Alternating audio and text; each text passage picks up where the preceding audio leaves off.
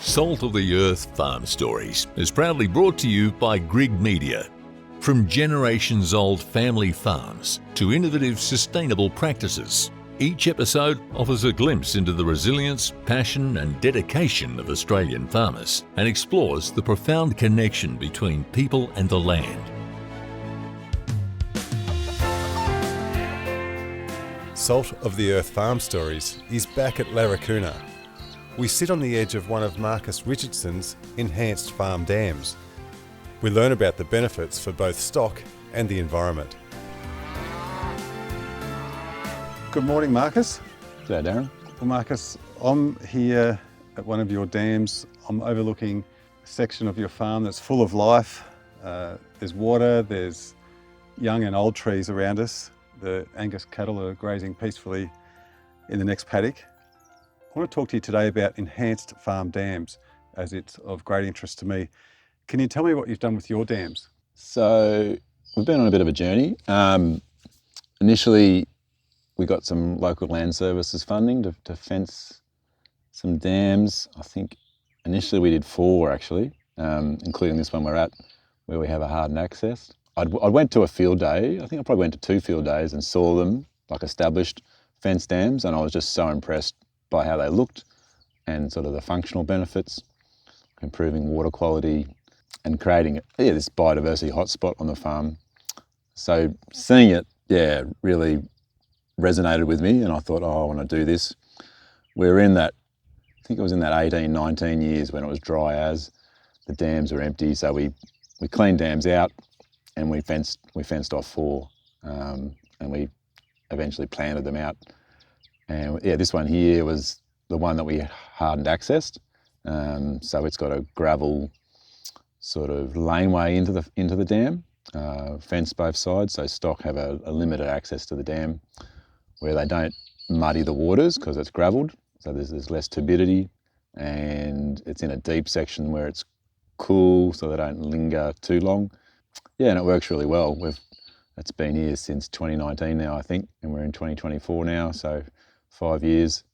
We had to extend the fence a little bit further into the dam, I think maybe once. We had some issues, cattle getting around the ends, but it wasn't that difficult. We've just got pine posts running down the slope there with some mesh on it. It's pretty simple. If that mesh rusts out, we can just replace it. So you've fenced off, it would be roughly an acre around the dam? Yeah, and on the upside, that's where we create a filter. We have a buffer between the paddock and the dam edge. We've got grasses growing, and that filters any sediment that might be coming in the dam, as well as, I suppose, manure. And the 4 dams were monitored with Sustainable Farms from ANU, and they compared them to just a dam in the next paddock there that's unfenced, and they found the water quality measurements improved. And we also had I think it's Blue Carbon, Deakin University. They came up and did some methane measurements, and they showed the methane emissions from the dams were lower also. Well, the water looks cleaner, and I guess the animals are going to do better with cleaner water. Yeah, it doesn't take a lot of spoiling the water with manure to put animals off. So if we keep the water cleaner, they'll drink more and they'll eat more and grow quicker. So it doesn't take very long to pay your money back. And there's no moving parts here, so less repairs? Yeah, it's simple. We have troughs in the majority of the paddocks, but there are moving parts with troughs. You can get holes in pipes and that sort of thing. But a dam most years has water in it, and it's simple. We do need the troughs and the reticulated system for the dry years. Unfortunately, with climate change and drying climate, we get less runoff, so dams are going to become less and less reliable. So you're keeping water here for longer too, would you say? Yeah, for sure. So like I said, we clean dams out so they're deeper, they're cooler.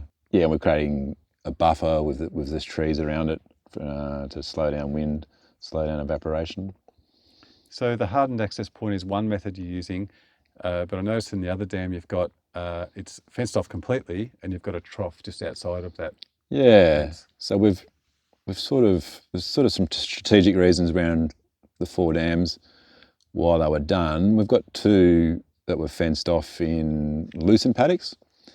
So they're fenced completely.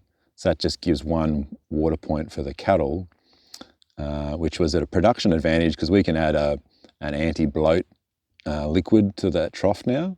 So we can have a safer grazing period when animals are in there. We add a Terric oil. Whereas if the dam was available, that would give a source of water that wasn't treated. So we've got a dual benefit there. We've got the biodiversity. You know, it's just for the environment, those dams, and we trough in clean water, and we can treat it. There's another 2 sites where we've fenced spring dams, and both of those can supply a trough system. So in the northern part of the property where we can't reticulate water from our solar bore, we have a reticulated system based on a very reliable dam in the upper part of that catchment, which we've fenced completely, and we're reticulating to 5 or 6 troughs from there. So that's incredibly valuable for that part of the farm. Would you eventually put in more dams and having one in each paddock? We're pretty much at that point already. My father did a lot of work with Soilcon initially. There's pretty limited opportunities now to create more dams. And like I said, I don't really their time in farming will become less and less important. From a stock water point of view, like reticulated water, I think is going to become more and more important, especially in the dry years. I mean, normal years it's okay, but our normal years will get drier and we will get less runoff. It's an exponential effect, unfortunately, of drying climate. But so yeah, during those dry years we did improve our reticulated system. We put in more troughs. You know, we've duplicated troughs in some paddocks now where we've got a long paddock. We've put in more storage. We drilled our bore again and put in a solar pumping system, which is all automated. Yeah, so we're pretty good for water. So fencing off or locking up a small section, are you getting some native grasses coming back? I'm not sure about native grasses. We've planted native species, so shrubs and trees around the dams. We'd like to see the small birds come in. Small birds, I think, need the proximity to water as well as the vegetation cover to thrive. So we'll get that. We'll probably see more frog life. We've had a PhD student here doing a bit of frog research, Michelle Playfair. And what are the benefits of frogs? Can they be, cycling some nutrients over? Yeah, I think they can. You may know more about that. Only from doing a video with you about 5 years ago. It might have been Suzanne said that. And dragonflies, they can eat the aphids and other pest insects? Yeah, I think there's a water cooch that comes up on the edge of the dam when you take stock away, and then the dragonfly, or there's insects in that water cooch, and then the dragonflies come, and they can fly out into the paddocks along with the ladybugs and eat aphids, which, insecticides I hate. That's very much a last resort, perhaps on a seedling crop, but if we can get natural systems happening, natural processes controlling the aphids and red-legged earth mite, that's far better. And with the trees you've planted too, that'll act as another shelter belt? Yeah, so where we've fenced the dams, we've tried to incorporate existing shelter belts. There's some down the slope here where we've had a block planting between 2 dams that were both exposed initially to cattle. Now we've fenced both of those, so we've got this continuous water, vegetation, block planting, water, vegetation. So we've got quite a block or area now where it's really nice, and in between is a low section, so we get lots of bird life, lots of insects. Yeah, it's fantastic. And are you part of the Birds on Farms program?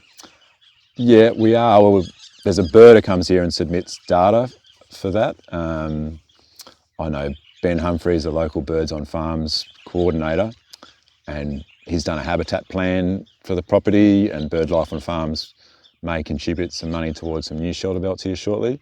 But yeah, John Shepherd contributes data to BirdLife Australia, it is. He does that quarterly. He's been doing that for 3 years now, so we're starting to see some trends in the data, which is good. He's got 4 survey sites on the farm, which he walks through on a quarterly basis. And I've walked through those sites with him occasionally when I have time as well. And every time John comes, I learn something about birds, which is good. Well, Marcus, it's just a nice place to be, and I guess particularly during some of the drier years and drier months, to come down to a spot like this must be a little bit rewarding and put you at ease a little bit? Yeah, it is. I was just speaking to a GP yesterday about being mindful, and yeah, like in those dry periods, you need those little places to just recuperate a little bit. I often get out along the Murray River actually for a green space in those dry periods, but these fenced dams can provide that too. Probably more so for the native animals rather than myself, but yeah, they've got that. You know, potentially there's some water left in the dam, and they've got some shade from the vegetation, and they are aesthetically pleasing. Like they are nice places on the farm, and it's rewarding when you see that, you know, the plants survive and you see the bird life. And some of these dams, we've created artificial islands too. We've made these pallet islands that float, and you see birds, you know, nesting on them. And yeah, it's rewarding when you see that. Absolutely. Nature and mental health, I'm all for it. Some of the floating islands then, would you have turtles come in and breed? Well, I'm hoping. I've never seen the turtles on them yet, but every time I look, oh, is there a turtle? Because I have seen an image of these turtles clambering all over these floating islands, or a island, but I haven't seen it yet. But we get a lot of ducks, and the ducks crap on the island and then grass grows, so they actually look quite natural. But I covered them with artificial turf, but you can't really see that now, but they look like these little grassed islands. They're pretty cool. You've got some logs in the water. What are they for? Yeah, before we fenced each dam, we dragged a log into the dam to create a snag. That's for the yabbies, the turtles, and the birds to stand on. Yeah, it was quite easy initially before you fence to drag a log in, and that just creates a bit more habitat. Well, congratulations, Marcus. I've loved learning about this, and I appreciate your time. It's awesome what you're doing, and yeah, it's a beautiful place. Yeah, thanks, Darren. No, it's good. It's great. Salt of the Earth Farm Stories is proudly brought to you by Grig Media.